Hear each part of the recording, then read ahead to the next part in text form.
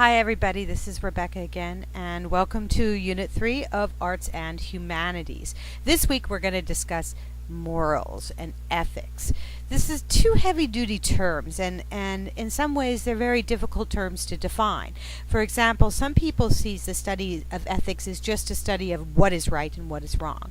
Well, that's not totally incorrect, but it's more the study of how we come to terms with what we think is right and what we think is wrong, because there's rarely two sides of an issue such as right and wrong kind of gives us. There are usually many different sides, and it depends on what culture you're from, what community you're from, what religious values you were brought up with, and so on and so forth.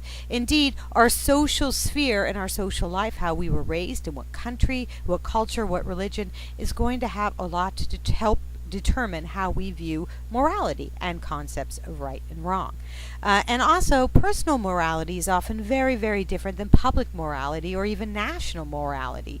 And these are ideas that we are constantly negotiating back and forth in order to come to some kind of agreement.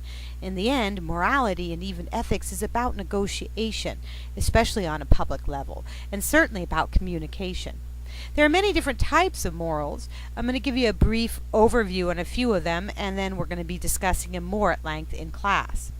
One of the main kinds of morals we have is non-consequential reasoning, and this is when we don't look at possible consequences of our actions or thoughts, but we just react because we think it's the right thing to do. One of the philosophers you're going to look at is Immanuel Kant, and he came up with the categorical imperative or duty ethics. And for Kant, the idea is that we were innately born with a sense of morality, a sense of what is right, a sense of what is wrong, and we have a duty to act by that sense and to respect the rest of the people in our community in this way. So in this sense, this idea is that morality is not learned, morality is not taught, but is innate, might even be part of our DNA makeup. And that's one of the thoughts we're going to think about this week. Other forms of morality include utilitarianism. Utilitarianism is when we try to maximize the good through our actions for the most amount of people around. Now, this does not mean for everybody, because it's impossible to appease and do good by everybody, but the majority of people. And it's important to keep this idea that it's the majority of people, not everybody, because there's always a minority of people who tend to lose out with this idea of utilitarianism. So sometimes when we make a decision in order to make the most amount of good for the most amount of people, for example, if I make the decision to cook a certain kind of meal for my family, I'm probably doing it because I want my family to be healthy. Now, maybe that meal includes carrots. Maybe my son can't stand carrots, and so therefore I'm doing the best I can for the majority of people, even though one minority person feels like it wasn't a good idea. So that's utilitarianism. We have some other types of ethics too. We have religious ethics, which we call divine ethics.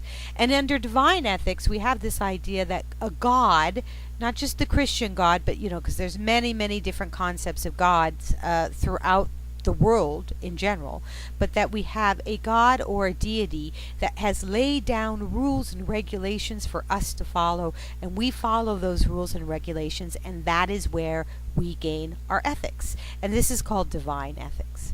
We also have virtue ethics, which is this idea that we learn by virtue of following and copying those that we highly respect and we think are virtuous characters. Matter of fact, this happens in our society a lot, especially, for example, with sports figures, right? One of the reasons we hold sports figures up to such a high level of morality is we see them as being role models. And if they're role models, they're teaching virtue and ethics to our children. And so therefore, we kind of expect them to hold a high ethic. So these are some of the concepts and ideas we're going to be looking at this week. Morality is a very interesting subject.